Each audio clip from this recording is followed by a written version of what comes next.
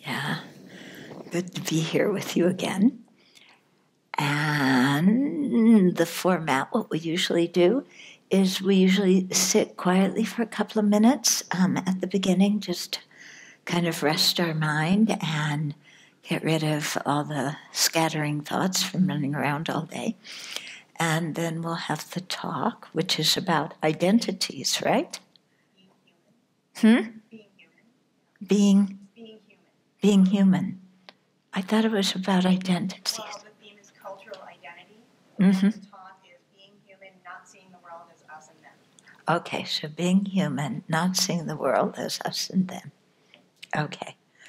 So, yeah, so that's kind of about identities, isn't it? Yeah, me and everybody else. um, and then we'll have, after the talk, we'll have some time for comments and questions. I won't guarantee the answers, but maybe some. And so that will be our evening together. So let's start just sitting quietly. Yeah, sit up straight. And your hands in your lap, your feet on the floor. And lower your eyes. And then just begin by checking in with your body. If there's tension anywhere in your body, then release it.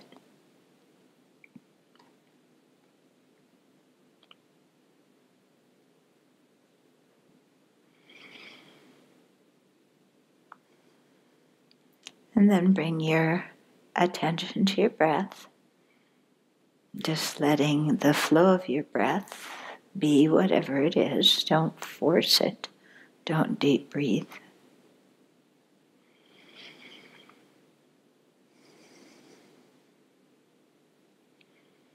But simply pay attention to the flow of your breath. What it feels like as you inhale, as you exhale. If there's a pause between an inhalation and an exhalation, or between an exhalation and an inhalation, just be aware of what's going on then.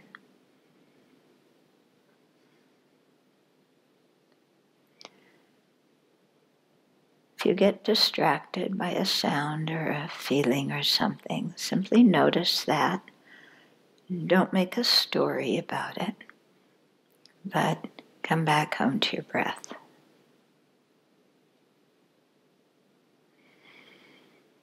So let's do that for a couple of minutes and let the mind relax.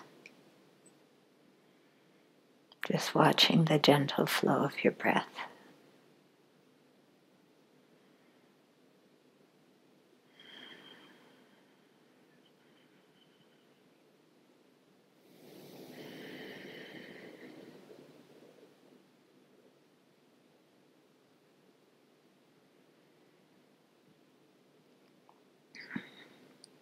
Then let's cultivate our motivation and think that we'll share the evening together so we can learn about our own mind, learn about the world,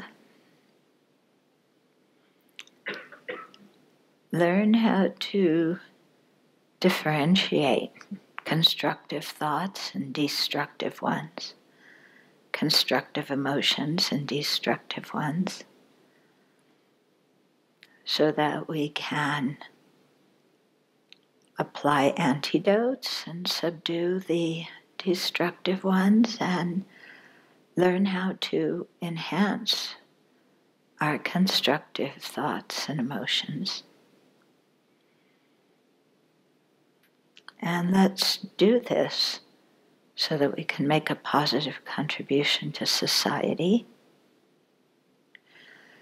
And eventually, in the long term, by really transforming ourselves, may we have a good influence on everybody we come in contact with. May we help people to pacify their suffering and to learn how to create the causes of happiness so that they can do that on their own. So with a motivation of compassion for all living beings and an intent to be of benefit to all of them, then let's share the evening together.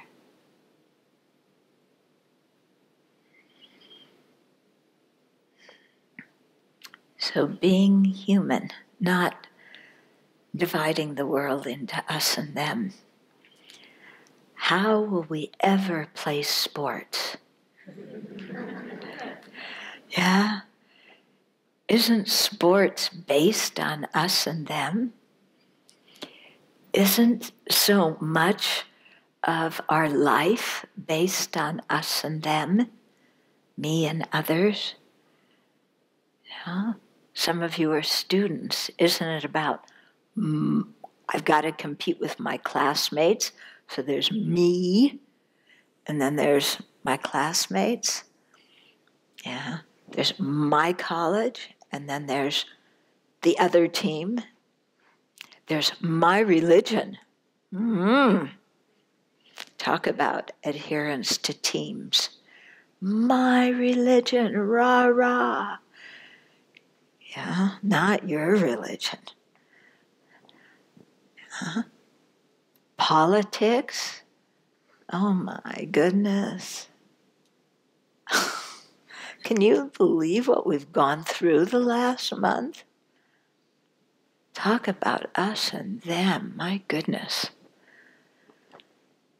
Yeah, and where has it gotten us? Okay. So we so often divide things into us and them, me and others, and that automatically sets up some kind of competition. Because we have the idea that there's limited resources. And so we want the resources before anybody else can get them. We want the good grades before anybody else can get them. Yeah. We want to set up the trade policies for the world before anybody else can do that. We want to set the terms for nuclear treaties, not other people. Okay? So on an individual level, on a group level, on a family level, on an international level, yeah, we so often divide into us and them and have identities, my identity and their identity. And because we tend to be very self-centered, yeah, then my team becomes the most important one and, of course, the best one. Yeah. Because I would never be part of a bad team or a wrong team. Yeah. Because I'm always good and I'm always right. And other people should do things my way.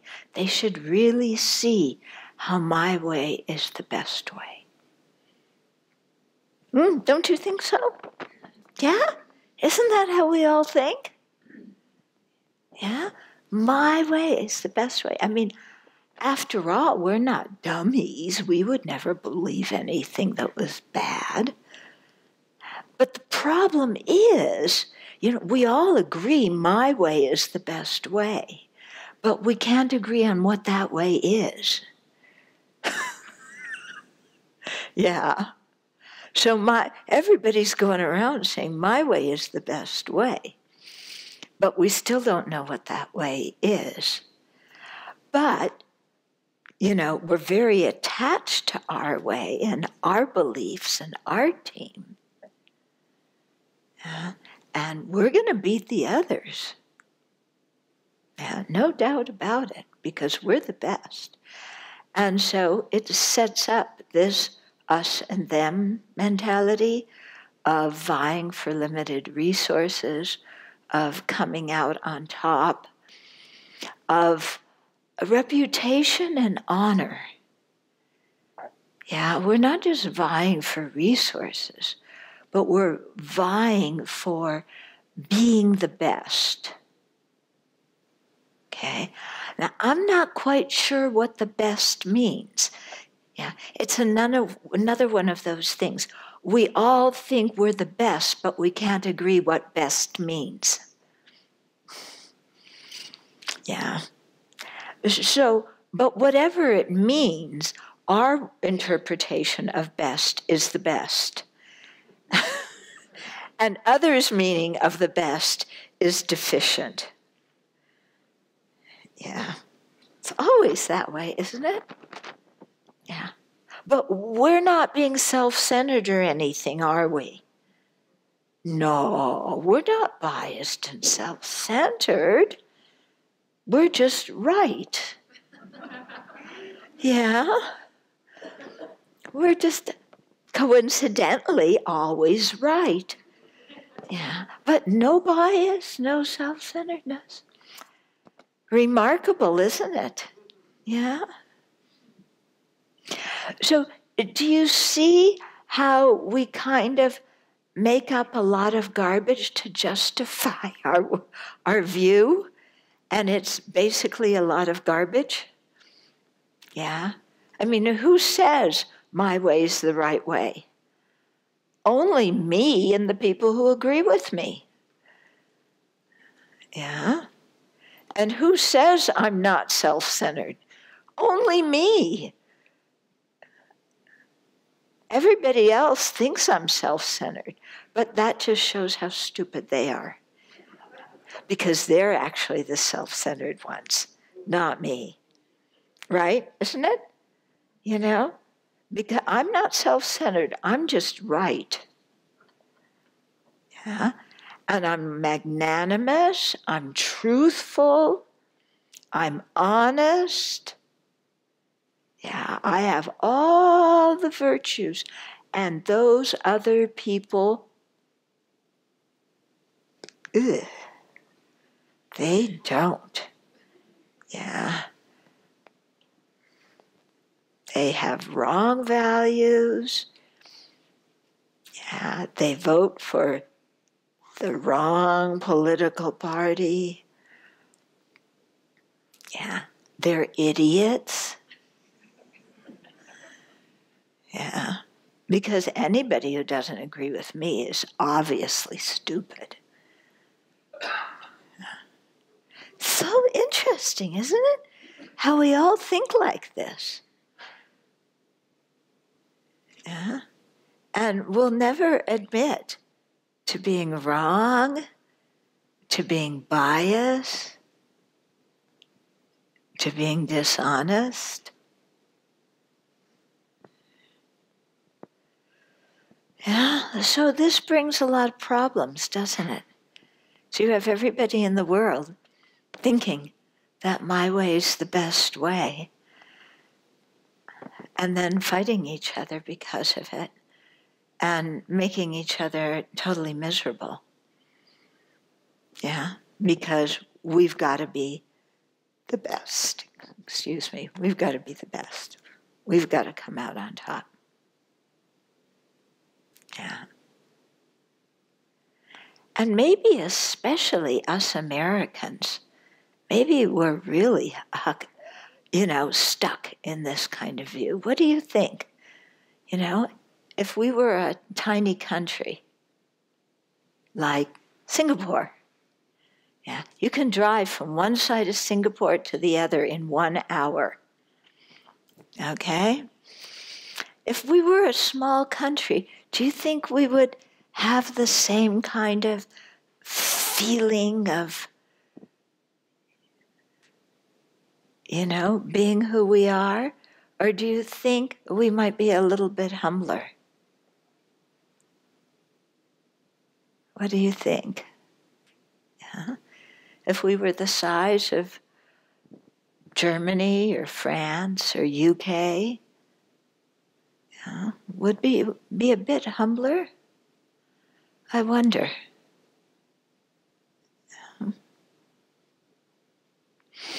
Okay, so that's one thing to look at, how we get ourselves stuck in this rivalry, this pursuit to prove ourselves to the rest of the world, or on an individual level, to prove ourselves to whoever is around us.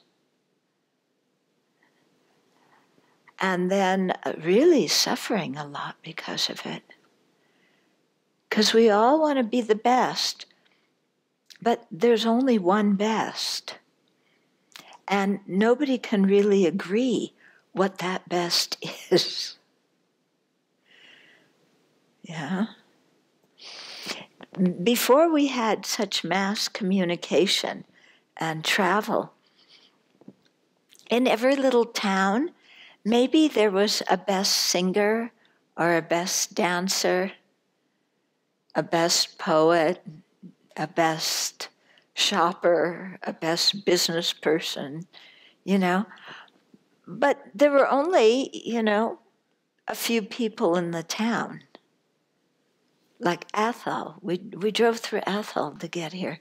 What was it, 640 people, give or take a few? Yeah, so everybody could be best in something.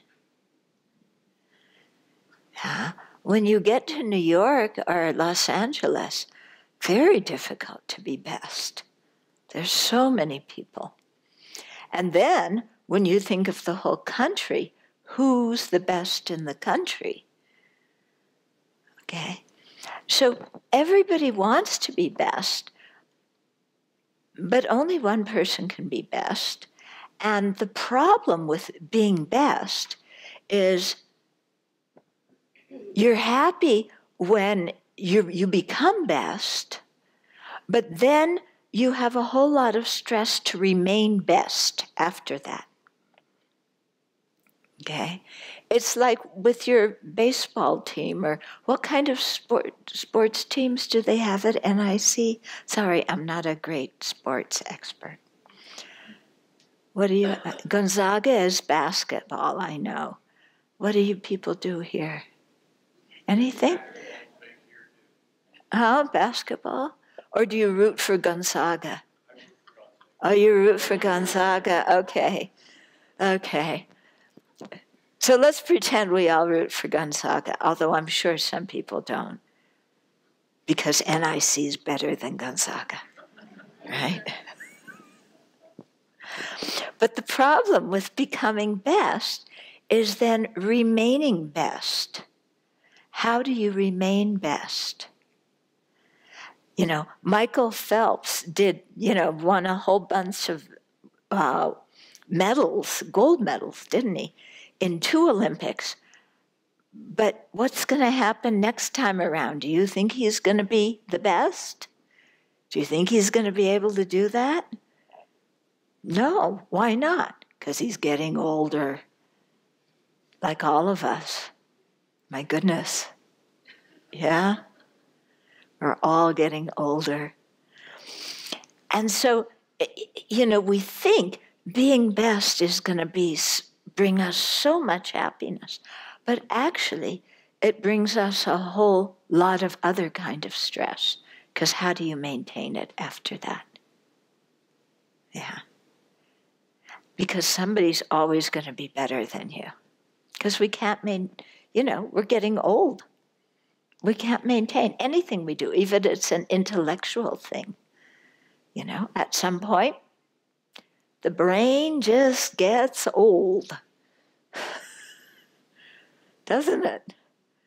Yeah. Somebody's nodding a lot there. Yeah. So what I'm getting at is if we want to be happy, we've got to change this paradigm. Yeah. We've got to stop thinking about us and them and me being best and me being acknowledged and honored and respected and famous within whatever group we want to be honored and respected and appreciated and famous in, you know, because that kind of competition is misery making. Yeah. So Buddhism presents a whole different way of approaching other living beings and approaching our relationships with other living beings. And so that's the paradigm of compassion. Okay?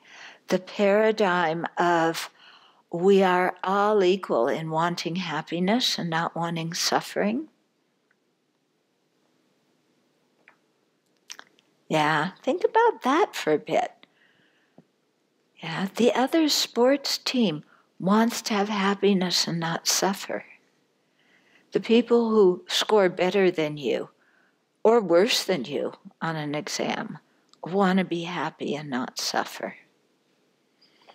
The people who have nicer houses than you do, or not as nice houses as you do, want to be happy and not suffer. We're all completely equal in that way. Yeah. So whenever you look inside any living being, I don't care who they are, what their educational level is, even animals and insects.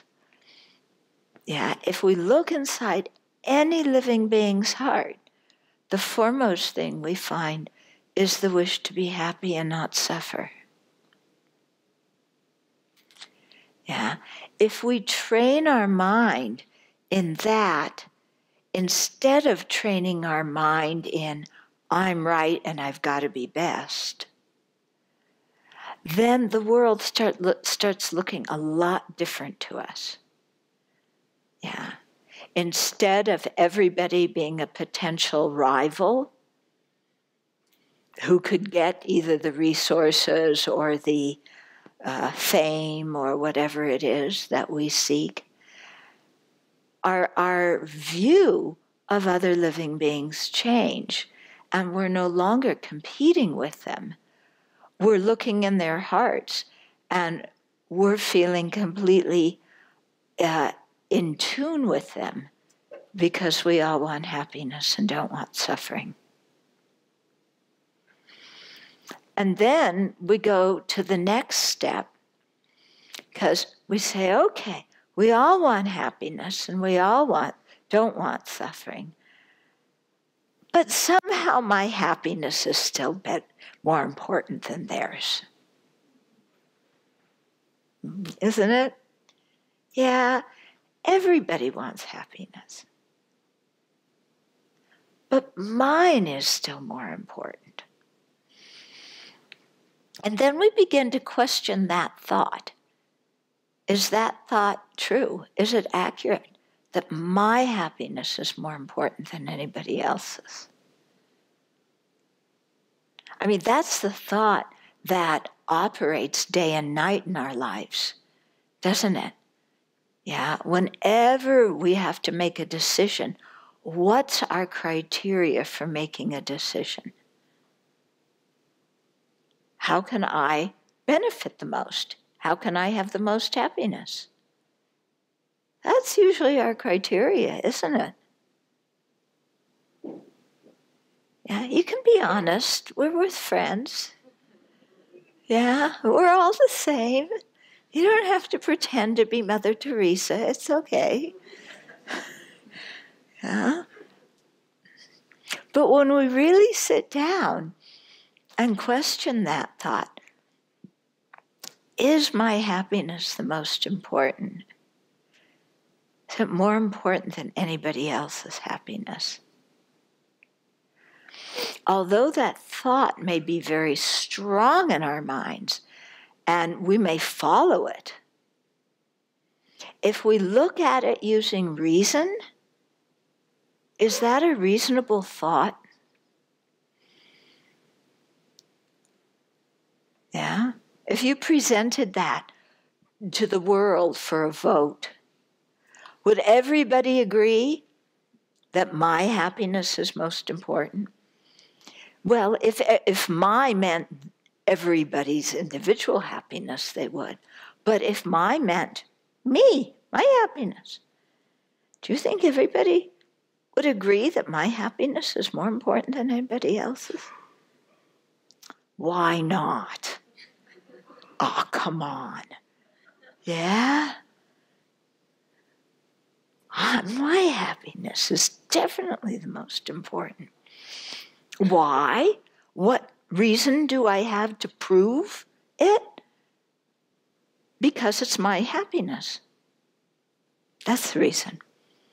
My happiness is more important because it's my happiness. Because anything that relates to me trumps everything that relates to anybody else. Yeah? This is the way our self-centered mind operates. And it's really rather a dysfunctional thought, don't you think? You know? We're all going through life. My happiness is the most important, and then others. But actually, there's no good reason to prove that. Yeah. And in Buddhism, what we do when we're really investigating this is we set up a vote.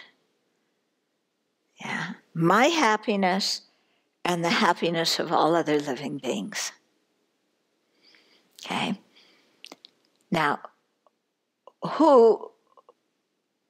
what's going to win? My happiness or the happiness of other living beings? Yeah. We believe in democracy. Yeah. No one except me is going to vote for my happiness being the most important. Everybody else will vote for the happiness of other living beings. Okay, so if we're going to have an equal ballot, and I don't think Russia's going to interfere with this one, yeah, it's going to come out that my happiness really is not the most important thing in this world. That almost sounds like heresy, doesn't it? How can my happiness not be the most important? Yeah, but when we look using reasoning, we really have to admit other living beings have feelings, and they want to be happy and not suffer just like we do. And there's no way to show that we're actually the most important one. Okay? We got defeated on that referendum. Yeah, the referendum of I-101. That was the name of the referendum. I. Yeah. But no. So then we begin to open our hearts a little bit, you know, and really put more attention, looking at every living being and thinking, they have feelings. They want to be happy and not suffer. And their feelings count just as much as my feelings count. My feelings are not the most important. Yeah? I have to stop and pay attention to other people's feelings, to understand their experiences, to see where they're coming from. Yeah.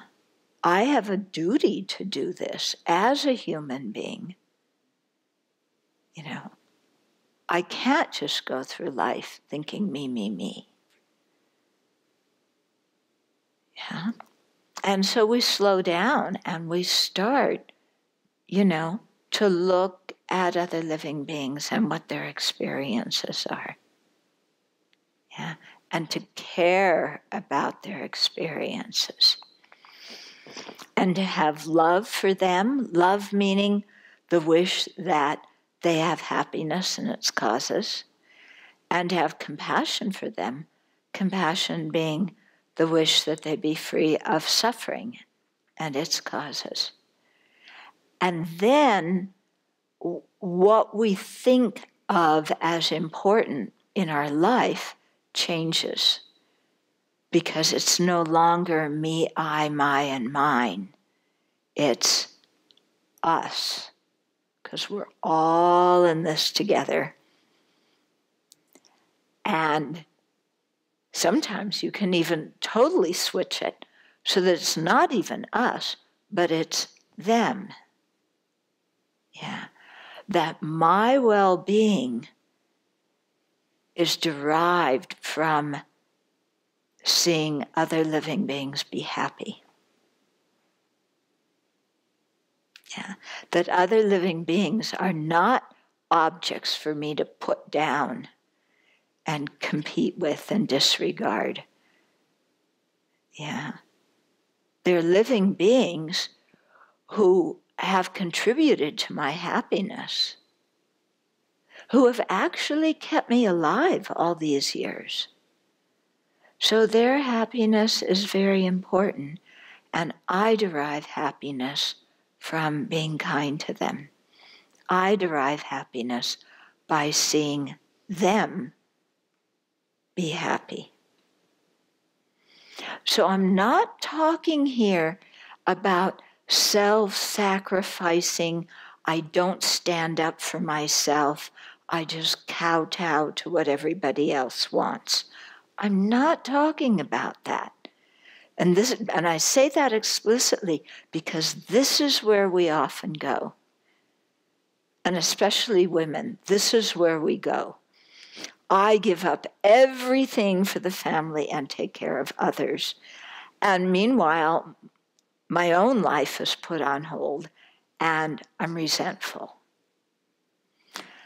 I'm not talking about that, because being resentful and being self-sacrificing without, with still feeling a sense of lack inside of ourselves, that's not going to work. Okay? But really learning to take others seriously and to work for their benefit. And sometimes working for others' benefit means doing things that they don't like. So it's not that cherishing others is going to make you the most popular person in the world. Yeah. Any parent knows that. Yeah. How many of you are parents? Oh, lots. Yeah. If you give your kid everything they want, is that helping them? No. It's not. Yeah, because they're not going to be able to function in the world. They won't know how to deal with the frustration of not getting everything they want. Yeah. So mothers, teach your sons how to do the laundry and wash the dishes. Yeah. And fathers, teach your daughters how to fix things. Yeah.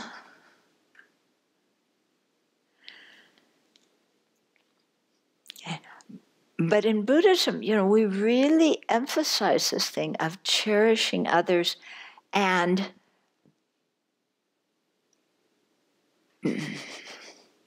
like I said, sometimes when you really cherish others, you have to say and do things that they don't like. When you tell your kid no, they get mad at you. Johnny across the street has it, why can't I? Susie gets to do it, how come you won't let me? We cherish ourselves, but in the wrong way. Okay? If we really cherished ourselves, we would take care of others. This is what the Dalai Lama says. Yeah, he says, if you really want to be selfish and look out for yourself, the best way to do it is to take care of others. Huh? Why? Because if we care about others and take care of them, then we're going to live in a world with people who are happy. When you live around people who are happy and content, is your life easier than when you live around people who are angry and resentful? It's a whole lot easier, isn't it? So if we work at creating good situations for others, then we will have the privilege of living in a society with people who are content. Oh, what a relief. Yeah. That would be so much nicer. So we've got to focus, on the whole society, because when we just look out for ourselves, boy, things get sour really, really fast.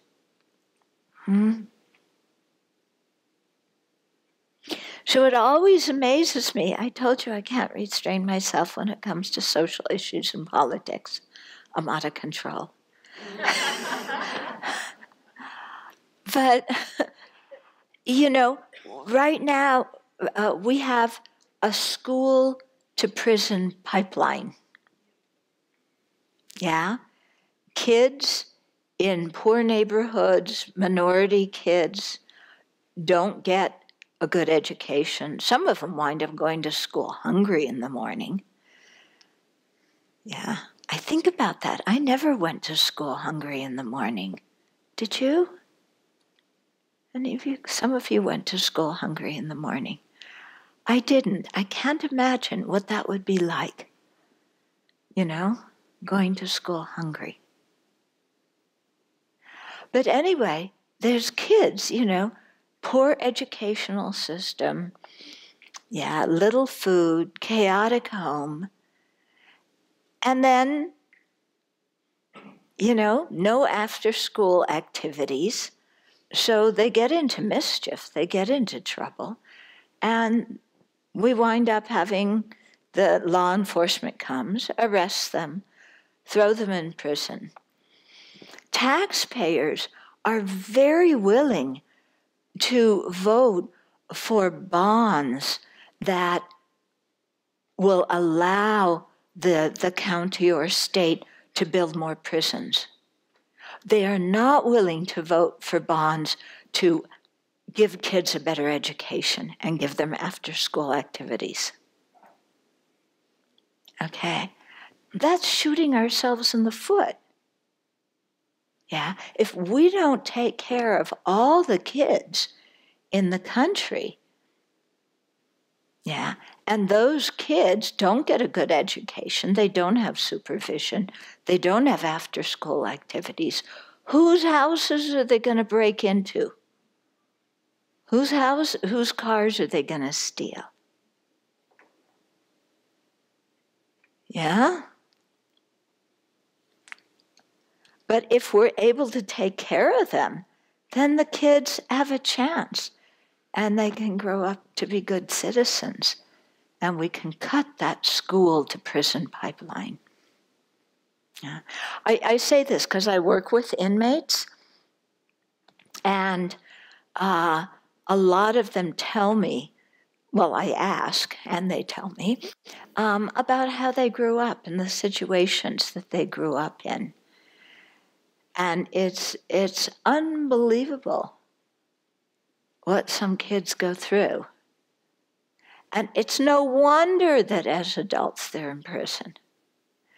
And when I think that there are children now going through the same thing that the guys I write to in prison are going through, and that these children are probably going to grow up and wind up in prison, that just breaks my heart. you know? Because you look at little kids. I mean, that's the thing about little kids. They're innocent, aren't they? And it's our responsibility as adults to help them grow up and to have good ethical conduct, you know, and give them a chance, give them opportunities. Okay, so all of this involves a change in our mentality, yeah, so that we really see that our own happiness depends upon other living beings. It depends on the situation of other living beings. Yeah? If we make the Iranians suffer too much, if we make the Palestinians suffer too much, or the North Koreans suffer too much, how is it going to play out? What effect is it going to have on us? Yeah? If with our trade wars we inflict harm on the Chinese, what's going to come back to us? So we're creating, you know, by how we treat other living beings, we're creating the world that we have to live in. Yeah, if we're mean and nasty to other living beings, we're going to have to live with people who have been subjected, with people who are oppressed. Is it fun living near people who are oppressed, who are angry because they're being unfairly repressed? No, it's not fun. Yeah? So there's, you know, other living beings' situation affects us. Also, if we look at it, we're alive because of other living beings. Yeah, we depend on them to stay alive. Yeah, we think we're independent. Okay, yeah, we have this notion of being independent people. And now as a country, we're becoming very isolationist. You know, we're independent from the rest of the world. Really?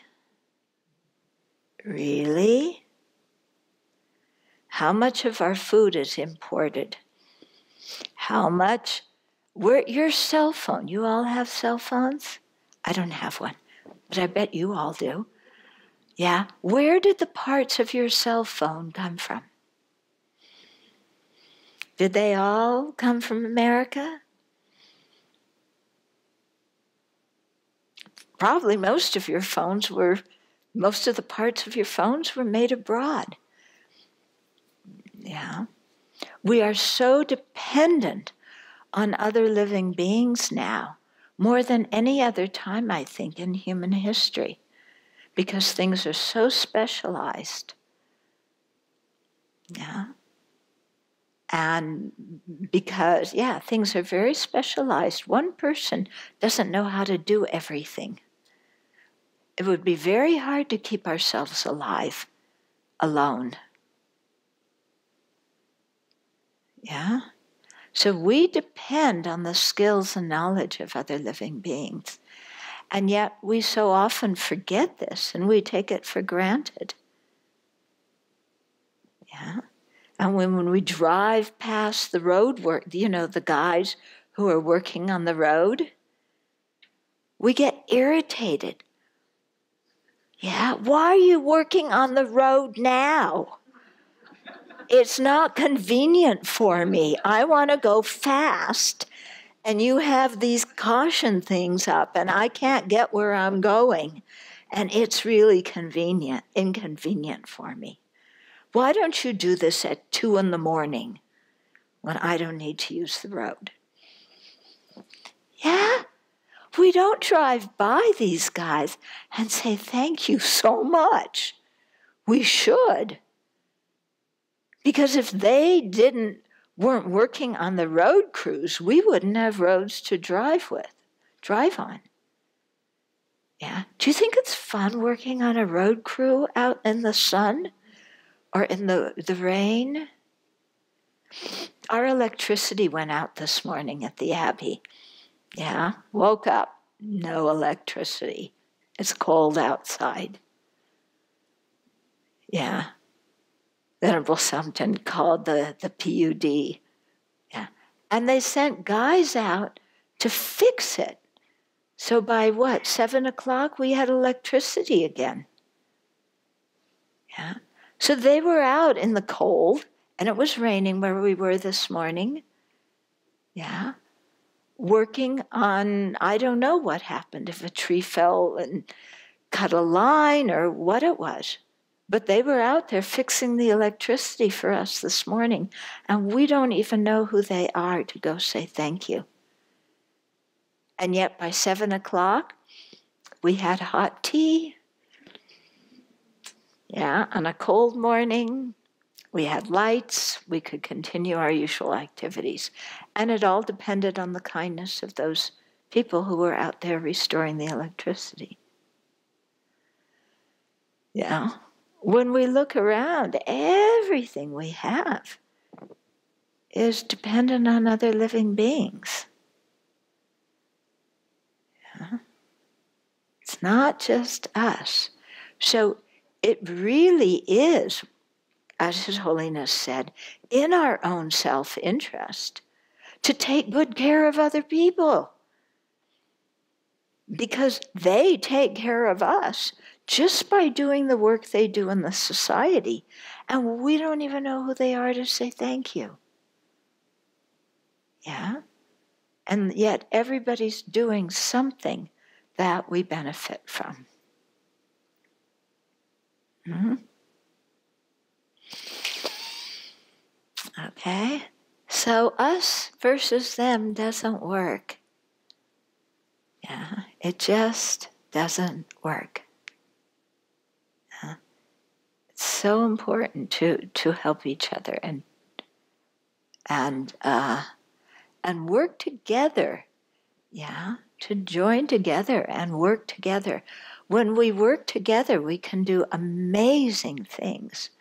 When all we do is fight with each other, nothing gets accomplished. Yeah? So it's up to us, We have to start small with ourselves and then link together with other people and work together with other people, and not insist that our way is always the right way. Learning to listen to other people's needs, learning to care about their feelings. Yeah? Instead of just telling people to shut up, listen to them. Yeah? It doesn't take a lot of energy to listen to other people. Yeah? It's not something that's painful. Yeah? But so often just talking and listening can heal so much. Yeah? And I think listening to, if men have fears of being unjustly accused of things, listening to their fears, it doesn't take a lot of effort to listen, physical effort, mental effort, caring about other living beings. It takes that. But we don't have to climb mountains to listen to other living beings and to care about them.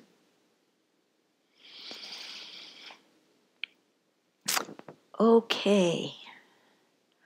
So, how about some comments, questions? Yes. We have a mic. Good. Thank you. Thank you so much for coming out tonight and for sharing very helpful thoughts. Mm-hmm. So I'm stuck, though. And here's where I'm stuck. Here we are, 99% of the way to Canada. And I can love and cherish my neighbors and my grandchildren and the people who came here tonight. And I understand that that makes a difference in the world. But if we go 99% of the way to Mexico, there are still children who've been separated from their parents for absolutely no good reason. Yeah. By someone, now I'm harshly judgmental of that twit who made up that rule. So I get stuck in the how can I make a difference in a place that's so far away? Okay. So how can we make a difference in a place so far away? Writing letters, voting, making donations to charities who are helping those kids, speaking out, you saw that when we all spoke out a month or two ago about the kids being separated from their parents at the border, it made a difference, I think now we have to speak out about there being 11,000 kids in detention centers and kids being shipped to tent cities near the border in the middle of the night. We need to speak out about that. And I think, again, if we all work together and speak out about that, it can make a difference. And there's, we may not live near there, but there are people, there are charities that are working to help those kids. Yeah. There's groups, there's ACLU, there's Southern Poverty Law Center, many other groups that are working. So to support them and to do what we can. And also, on a heart level, to send all of those kids our love. Yeah? Just even on a heart level. Yeah, we don't know them, we can't see them, but in our heart we can send them love and wish them well. And maybe something will happen where, you can adopt one of the kids. Yeah? Or maybe we can, get a group of them up here and start a school, or who knows what. There's all sorts of things we can do to be creative to help. Yeah. But I think really now is the time when we need to speak out. And not just go, it's like, it's hard, I know, because it's like every week, what's the, what's the disaster going to be this week? But this is exactly the time and the environment when we have to practice and that we have to work in. Yeah. So, again, the Buddha says when you live and work in a difficult environment, you create so much more goodness in one day than when you live in an easy environment. Yeah, because the goodness you create in a difficult environment has so much more force. Yeah. So let's go. Hi. So my question is, what drew you to being a Buddhist, and how does being Buddhist affect your political views? And on the idea of being right one way or the other, how does that affect you? I didn't understand the last part. How does, if we're in a state of mind that this person or this person's correct, how does that relate to the Buddhist state of mind of being kind of neutral, but... Okay. Let me start with your last question, okay? What I try and do is, instead of judging people, I look at actions, okay? So the people are not bad, they're not wrong, they're not evil or sinful. They're just beings that want to be happy and not suffer. But the actions that people do can be helpful or harmful. So what I try and do is talk about the actions or the policies, and not the people who do the actions, and not the people who adhere to those policies. Okay? And I think that works much better, because then when you speak, you're talking about an action or a policy, and then it makes it less likely that the other person's going to take it personally, you know? And this is another point, I think, in working with others that is important. When others disagree with our actions, it doesn't mean we're bad. When they disagree with our policies or our thoughts, it doesn't mean we're wrong. You know, we don't need to take everything so personally, as if it's a statement about our worth. Yeah? Somebody disagrees with my ideas. That's okay, it's only an idea. Yeah? And you can disagree with my ideas without calling me a name and insulting me. Okay? And I can talk about your actions without thinking that you're a horrible person and criticizing you. Isn't the concept of me versus them confused by the issue of the existence of self, the illusion of the existence of self? You got it. Yeah. So from a Buddhist perspective, you know, this is the origin of the whole problem, is that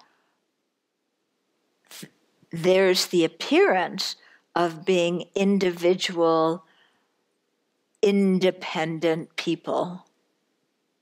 But when we investigate to see if we are actually independently existent people, we find out that we aren't, that we're composed of parts, we depend on so many other factors. Yeah. So, you know, but this grasping on to there being some kind of independent self, something that at its core is really me, the essence of me, like some kind of soul or some kind of self with a capital S. Yeah. And we think, you know, this is the essence of me. It never changes. It's independent of everything that exists. It's always going to be there without changing. And this is the essence of me. And, you know, we have this feeling like there's such a thing. And yet, when we search to find out what that thing is, that is the essence of me, we can't pinpoint anything. Yeah? Are you your body? Yeah? We're not our body, are we? Yeah? If we were our body, then what part of our body would be us? Our hand, our leg, our stomach? Is your brain you? Is your brain you? Is everything that you are encoded in that gray material, and it's nothing but a bunch of electric blips and chemical reactions? It's not, is it? Yeah, we aren't our brains. Brain is just organic material, inanimate material. It's not who we are. Yeah? So when we really look, it becomes difficult to pinpoint, something that's the essence of me, even though we feel that such a thing exists. So that's kind of the illusion of self that you were speaking of. And this is the source. Yeah, the grasping at that is the source of our clinging attachment, our anger and resentment, our ignorance and confusion, our arrogance and pride, So we have to chip away at, difficult emotions, unrealistic views. But eventually we have to get to this grasping at who we think we are and start chipping away at that. And that takes some time and some courage. But if we can do that, then everything's a breeze. Yeah? Because just imagine if you didn't have this idea of me and I need to be happy all the time, and my feelings, and my body, and my wants and wishes, and my friends and relatives. If there wasn't this idea of me, I, my, and mine that was so strong, imagine how much mental space we would have to do other things. Yeah? We wouldn't always be thinking about how can I get what I want? Yeah? We have so much energy.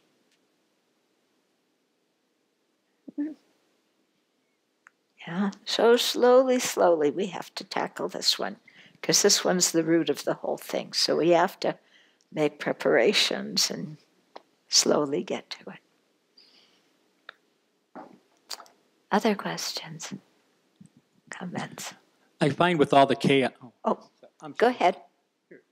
I find with all the chaos going on in the world that besides not listening to the radio or watching TV, I just get angry. And I can have compassion for those guys in Washington, but it just doesn't do it for me. This anger lingers with me, and it just builds up. Do you have any practices that I could use or anyone can use on a daily basis? Something a little more physical or, tangible than just giving compassion to these guys? Because that's really hard for me to do sometimes. Yeah, you want to go punch them in the nose. I do. Thank you. From a Buddhist. I love it. I'm not inciting violence. Okay. Okay. I'll tell you one thing that I do. Okay. I imagine what they all looked like when they were babies. Think of what all of them looked like when they were little kids. Because all little kids are cute. Yeah?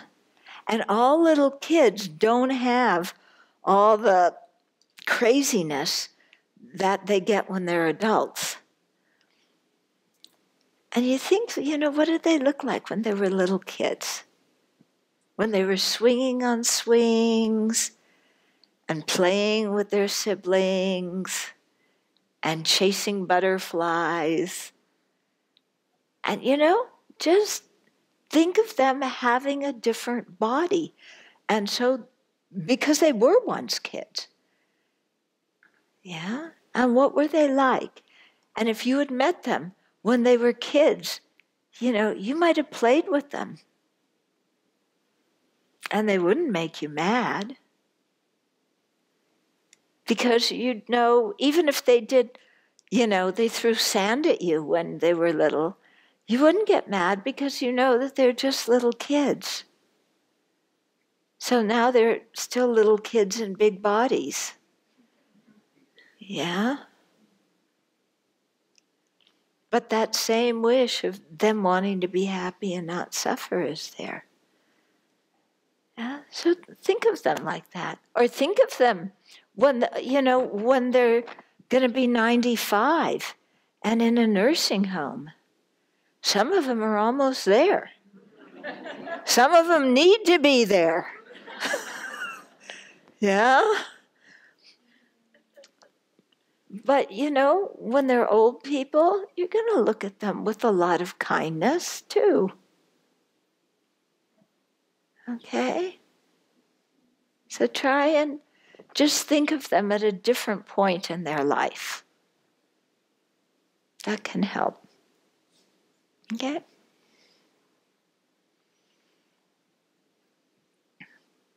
And getting angry doesn't do any good, does it? Yeah? Anger just makes us miserable. So I think, who I really admire in all this mess is the Parkland kids. Those kids, if they could have so easily gone to anger and resentment, and they didn't do that. Yeah? They went to help. And here's an example of when you give kids a good education. Why were the Parkland kids, why did they respond so differently to a school shooting than so many other kids in other schools? I think one idea is because they had a good education. They had teachers who cared about them, who taught them, so that when this kind of thing happened, they didn't feel helpless. They had taken government classes. They knew they could go to the Capitol and do something. Yeah, you give kids a good education, and then they can act. And I really appreciate and respect what they're doing. Yeah.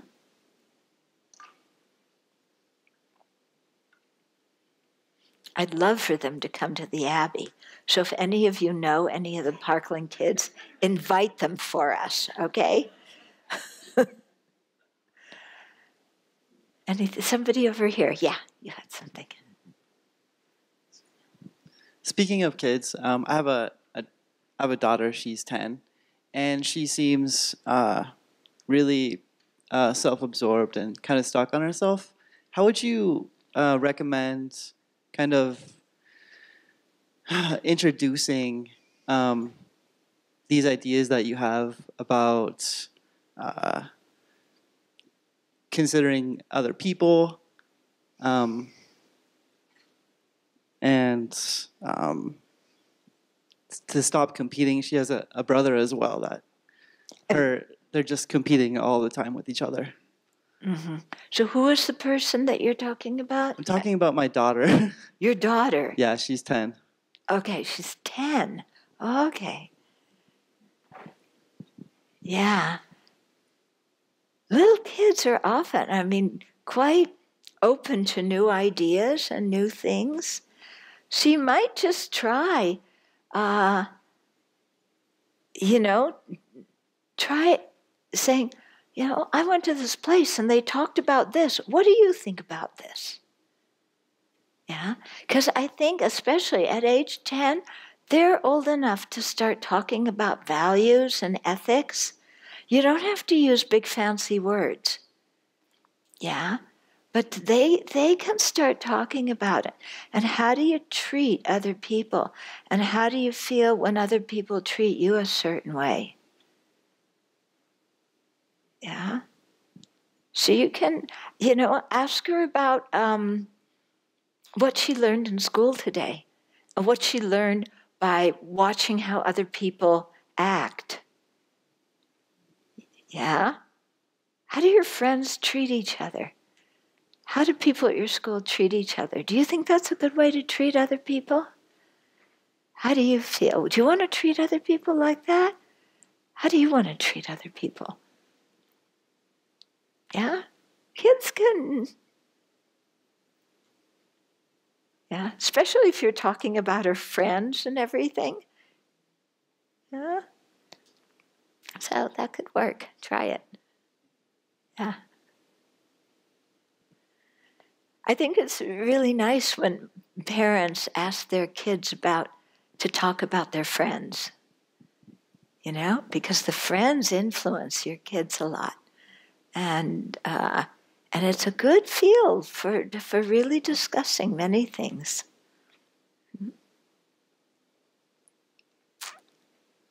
Anything else? Okay, so let's just sit quietly for a minute. I call this digestion meditation. So just lower your eyes and think about something you heard that you want to put into practice. Yeah. So it doesn't matter if it's easy or hard, if it's going to take you a long time to do or not. But think about something that you heard that you really want to take home and use it in your life. And think of how you can use it and how you can encourage yourself to go in that direction. And then let's dedicate all the good energy that we created as individuals and as a group. You can think of it as like a light at your heart that you shine out in all directions, sending out the good energy, the positive potential that all of us created, and send it out throughout the universe so that it touches all the living beings, and especially so that it touches the people you have difficulty with. You can even imagine all of Washington, D.C. filled with the light of wisdom and compassion that we're sending out to them. And think that it makes the minds of all these other living beings peaceful, that it calms their minds so that they're not full of frustration or anxiety or fear or arrogance.